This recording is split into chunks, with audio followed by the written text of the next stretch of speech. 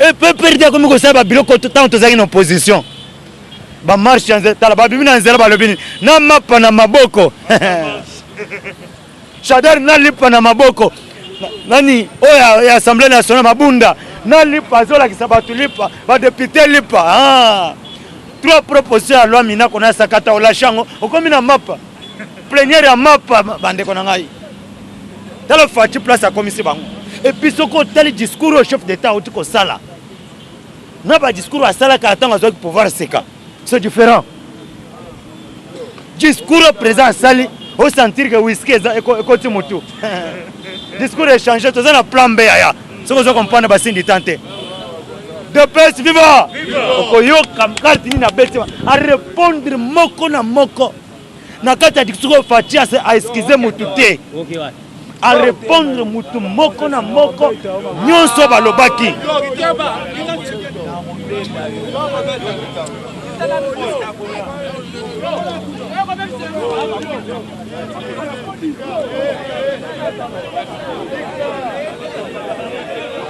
Répondre moko na moko. Mabundi azui réponse na ye. Minoko azui aye. Tambo mwamba azui aye. Okoyoka ba réponse à beaucoup na répondre à un discours. Pour que Facha excusez mututé et puis se ressentir discours Facha au beta. Et ça discours moko to be kao de debout. Okoyoka ba réponse o ya pesi bango. Ba komi otambola marche na mapa na maboko. Est-ce que Facha matisile pas?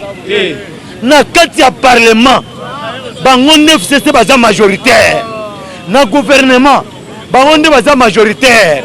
Na l'Assemblée provinciale, Premier ministre Yabango, Motolanda Makamba social la population.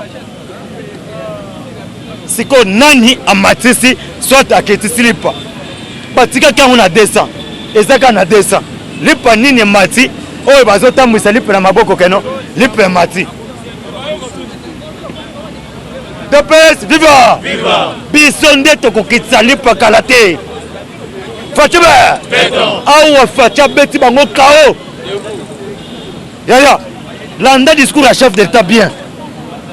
Plus de 45 minutes, le chef de l'État tenait son discours sans regarder le papier. Ouais. Oh, Baloba Katangate. N na mitema. Oh, Tangate. Moi, na docteur en droit. Ya Chichi, ben. Yaya, moi docteur en droit. Voilà, Yoka c'est quoi ma réponse au président PC Moko na Moko. Chaque cacique kabyliste a eu sa réponse et son recadrement selon ce bavure dans le discours du chef de l'État du 30 juin 2020. Obé Minakou, Yoka réponse à Obé Minakou. Le chef de l'État, après ces réponses, tant que je serai président de la République, personne ne touchera à la justice qui est en train de retrouver son indépendance confisquée depuis 1965 à 2018. Chef de l'État, Fatima, alors tant que je serai président de la République, Moutoumokota aussi ma justice. Oh, ils ont confisqué depuis 1965 à 2018, on a dans un président de la République. Moutoumokota a touché la Constitution de la République. Aucune majorité, d'où qu'elle vienne. Ils allaient où la FCC, ils allaient où Wapi. Et qu'on quitte côté les mains pour ravir l'intérêt du peuple congolais. Yoka Yaya. Mabunda a eu réponse à Yoka. Mabunda doit savoir que la République n'a pas encore suffisamment de juges. Beta Fatima Boko Negonai. Mabunda lobaki alobi lelo tozomona kendo tokomi na république des juges. Facha ibise ba juge nana bakokita kala te formation ba juge ba magistrat ezobanda. Nde okoyeba keno ba juge bakoyebe. Yoka. Il faut former une moitié de juges pour atteindre les standards internationaux. À répondre Tambemamba. Tambemamba doit savoir quoi? L'état d'urgence décrété au mois de mars a respecté la Constitution conformément à l'article 85 144 et 145 de la Constitution. T'as moins besoin de réponse. Pour le bataille, non, le président de la République a violé la Constitution, a répondre rien. Célestin Toundaka doit savoir quoi? Plus jamais personne ne sera au-dessus de la loi en fabriquant des faux documents. Ilunga Ilukamba doit savoir que 60 ans d'indépendance signifie que des personnes ayant atteint 60 ans d'âge devraient faire preuve de maturité. Faut-il yo Ilukamba aux vieux, aux au-delà de 60 ans. Et la République a 60 ans, il faut la question maturité en tant que mouton qui 60 ans d'âge. Ok, n'a répondre chaque mouton a une réponse. Aux combattants de l'UDPS, je n'ai oublié personne. Les voyants combattants qui sont tombés jusqu'à mon accession au pouvoir en 2018, quand Étienne Tshisekedi venait de nous laisser. Donc, président de la République à Bénin, combattants de l'UDPS, je n'ai oublié personne. Vous, les voyants combattants, beaucoup de fois, profaner l'église, combattants, je n'ai oublié personne. L'Assemblée nationale au Bénin. L'Assemblée nationale ne servira pas de couverture des pierres de la République. Au criminel FCS, les procès 100 jours, et la question de preuve, procès 100 jours, et autre salama. Et la question de preuve pour que Bato Babang aille qu'on rappelle Bangoskoyo, ni dossier à Bukangalonzo. C'est là qu'on a mata tampon, mata tampon, à quoi de. Ça dit quoi? Le président avait dit que à refiner, mais le dossier sale, au président en quoi type pendant la nine. Na kati ya dossier à comprendre que mbongo kendaki na kati ya cabinet c'est ça batoza mbongo ba millions na ba milliards na ba poche na bango fatal bina otika ngote na le comme 100 jours et pesi belement ba preuve valable bato bakangami ba ministre ba DG banani bakangami awa pe dossier Bukangalonzo fait fongama et ça le kola a bengi déjà procureur biso procureur ndem président sa discours bato nous ba holandango. Non, le procureur général, le procureur est déjà au courant que le chef d'État il y a un dossier Bukangalonzo il faut fongama. Karaté Bokoyoka Motaliboso, interpellé za mata tampon. Mata tampon, ponyo mata, yoka ba dossier na yaya. Mbon combien a yiba na nini? Premier dossier mata tampon yoka. Mata tampon doit justifier le dossier de 70 millions pour la campagne agricole. 70 millions. Deuxième dossier, Mata Tampon doit justifier 400 millions donnés par la Banque mondiale pour l'achat des locomotives de la SNSS. Troisième dossier, Mata Tampon doit justifier 50 millions de dollars pour la fibre optique. Quatrième dossier, Mata Tampon doit justifier 140 millions pour le projet de Bukangalonzo. Ndeta baile fati dossier na belema alabi dossier na otika ngote. Cinquième dossier, Mata Tampon doit justifier 26 millions pour la réhabilitation du palais du peuple. Sixième dossier, Mata Tampon doit justifier 22 millions pour les passerelles. Septième dossier, Mata Tampon doit justifier 190 millions pour la construction des stades municipaux à travers la République. Huitième dossier, Mata Tampon doit justifier 200 millions pour la construction de l'hôpital des cinquantenaires. Huitième dossier, Mata Tampon doit justifier 198 millions de construction de 1000 écoles à travers le pays. Mata Tampon livré par Joseph Kabila par un coup de téléphone. Bas viva! Viva! Fatime! To bandela te. Na bandela. UDPS viva. Ndeba dossier boyo qui fatia toucher Bukangalonzo. Azana ba dossier belé. Mbala moko matata mpone balobi akoy kao. Bache mai. Okoyo kasko eloko nindi. Pour le président Beti Borwana. Quand ils obetam. Okoyoka eloko nindi se passé na moment oyo place ni bazalaki. Pour préparer le coup d'État.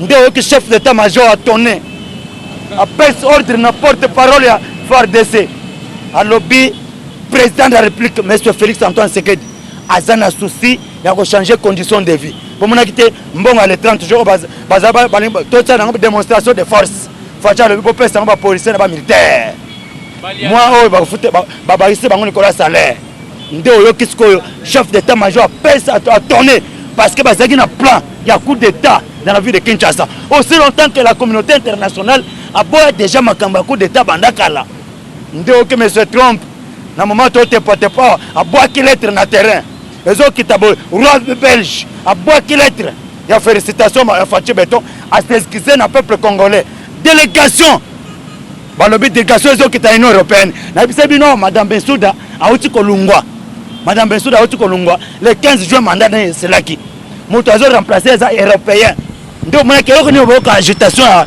FCC parce que il y avait une délégation au bayaki le 14 juin et pas Fatou yambaki bango et ba monisco délégation Fatou yambi bango comme bayebi keno moto a remplacer madame Bensouda azali européen bango balobi voilà Fatou auti ko livrer moto na biso ndeto lo ba ko te to ba reno na bango na biso bino Fatou yambaki Jeannette Kabila zaki na Goma mission akendaki mbala moko a dépêché les kinaye Fatou yebise deux choses des missions dans moment les autres peut-être tondaka sende asali ndeni azongi esi bakangi ete Fatou azota makambo atunda te Fatou azota makambo atana ndi makambo ya ilukamba IDPS viva soki ilunga ilukamba atombe esi tondaka sende osala musala na pete nyoso itombe nde oyokaki ba ministre nde ngabisa bino lendi na lobby il y a une déclaration bientôt ils ont bêta manapoko incessamment ba ministre abiso ya cash basa déclaration na déclaration ba ministre ya cash balobaki nini basa déclaration balobi déclaration e sali lunga ilukamba et concerné ka yemoko UDPS viva basa déclaration balobi déclaration ilunga ilukamba otiko sala et concerné ka yemoko nini ezo betama nde toloba awa PPRD na FCC batunos bakomi koluka sécurité à MONUSCO nde toloba MONUSCO encerclé fosse commune yende mutu akomi koveiller nango parce que wana nde Kabila ye moko apesa ordre ya nini ya opération likofi nde MONUSCO akomi koencercler yango mpona kocontrôler mutu asimba yango te babi te fosse commune il faut ezala eza déjà encerclé sous contrôle donc discours ya président de la République yango nde recadrer makambo ebele ezongisi bato nyonso na terrain basentir que Fatou azali so Fatou alobi te discours asali ekomi discours mosusu donc abeti discours moko ya korecadrer bato mpona kolakisa na moment toza na étape na plan B nde oyoki momoni mura bagiere baza nien baotala kaka ndenge justice ekende parce que Fatou ayebaki no kokanga bato ya nia FCC il faut kokanga bango na loi parce que bango bazalaki na politique ya sentiment bolandaki te nayebisa bino botala baseni du temps na minute one toloba ya nani professeur Chibankalala adémissionnaki alobi te awa nde toloba baotiko sa déclaration na bato na ye balobi te dans quelques jours dans quelques heures tokosala point de presse mpona koéclaircir population na baplan oyo ezosalama kuna UDPS viva professeur Chibankalala il démissionne du Front commun pour le Congo abina vandi nalandi discours ya chef de l'État nazongi mutu nalobi te na continue na mabe te parce que côté nakendaki nakanisaki bato ebele bato kuna baza na souci ya kochange mboka mais namoni ke bato wana baza na système ya koprépare kaka mabe contre république awa nde tokende awa nayebisa bino cartouche na bango ya FCC eza ya suka yango oyo touti kokweyisa peuple congolais atelemi akweyisa yango cartouche eza 3 propositions de loi baboyi réunion ba 3 propositions de loi ekomi nini ekomi ba réunion sikoyo ya ba plénière ya nini ya lipa mabunda na lipa kwa sa population congolaise mais aux autorité morale na yo parce que bosali 18 ans au pouvoir beaucoup tsali patin à 100 francs attends à 50 francs dans la ministre de la économie a quitté terrain malgré dollar ekiti et mati nani ministre de l'économie a le bini nyonso bomuna carte bitumba biso ya suka IDPS na pouvoir na biso bitumba biso ya suka eza dollar esili Fatou asali action ebele na terrain mais tikala ka carte moko pona nini gouverneur la banque pour votre information dossier 100 jours bakangaye. So bakangiye, le chef de l'État va nommer un nouveau patron comme gouverneur de la Banque centrale. Nde place ko bokoyoka na minute. Stratégie a été une secret tozana on a mis tout. Fata ko bojeka eloko wa muke dollar de 19,500 pas 8 7 banoki mabata mabaya moni bacha dollar ene moko boache ene tolingana te biso ba congolais toza na bolingo omuna mutu so ache 195 194 aucun mbongo pese pour changer franc exact mais au tie prix pour nani ba okimina to ba mabaya wana nyonso zo mona parce que mokolo ko ka pas stratégie a été intégrée de kaka jour moka kingi tala ministre économie akasa bandobola akochi ba terre ba wenze tala fati stratégie asali ba jefa na ba far de saison kende ba Congo na bandundu mais ndé tolo ba awa webi combien biloko ekoti na ba wenze ba mama ba se pré balobi malgré dollar et matin mais dollar so ko mata e mata ba mama balobi so ko mata mata mais biloko akolia eza ko kita bas viva fati béton fati be awa skonde tolo ba awa na minito na mboka kasavu ka mama fati boko fati za nzambe na ebisa bino awa stratégie nini komba ya fati wana ni numéro 20 wana fati za candidat numéro 20 procès à Camere et ça m'a dit jour le 20 juin 2020 et Soukaki na condamnation à combien 20 fati José Touré na 2020 na 2020 ya fati eza komba moko ezali significatif 20 bomona wana nde kilobi abeti bango kao ka fati tango azo élevé Kasavubu comme étant héros national mboule beti na village ya Kasavubu Kasavubu a été oublié 51 après abundi na Lumumba ba élevé Lumumba ba komi ko élevé lelo na ba musicien Papa Wemba héros na Kasavubu utabundeli démocratie aketi na table ronde premier président oyo azwa mbongo modèle azwa mbongo akekozongisa na banque combien 722 $. azwa 722 azwi mbongo akekozongisa na banque Kasavubu baseka ye sango azokota église asambela azwi mboka pour katia ngo na ligne ya bunzambe kindoke ye na bako d'état mais lelo bobosani Kasavubu lobika Eshima, votre magazine qui bat au rythme de l'actualité. Retrouvez la nouvelle édition. Exclusivité, l'an 1 des Basseyane Nanga. Métamorphose et décollage de la province du Haut-Ouélé. À la manœuvre, Christophe Nanga. Avec abnégation et patriotisme, les gouverneurs Basseyane est déterminé à lancer la province du Haut-Ouélé sur la voie du développement intégré.